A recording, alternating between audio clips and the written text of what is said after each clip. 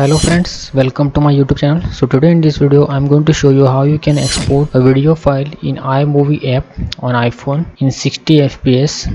So by default, if you try exporting any video file in iMovie app on iPhone, you will find that video will be exported in 30 fps. So to export it in 60 fps, you'll need to set up few settings while the export process. So let's find out how to do it. So this is one project file. So if I want to export this file, just click on this arrow up button. So while exporting, you'll need to just click on the options, and here you'll get several options, resolutions, and there below there will be frame rate option. So by default, whichever file you add, whether it is 60 fps or any other frame rate video source file, if you export it, by default it will be exported in 30 fps. So if you want to export it in 60 fps, then in this frame rate settings you'll need to tap on the 60 fps and just click on done button, and then you can export it, and it will get exported in 60 fps frame rate. Before setting frame rates, you'll need to keep this one point in mind,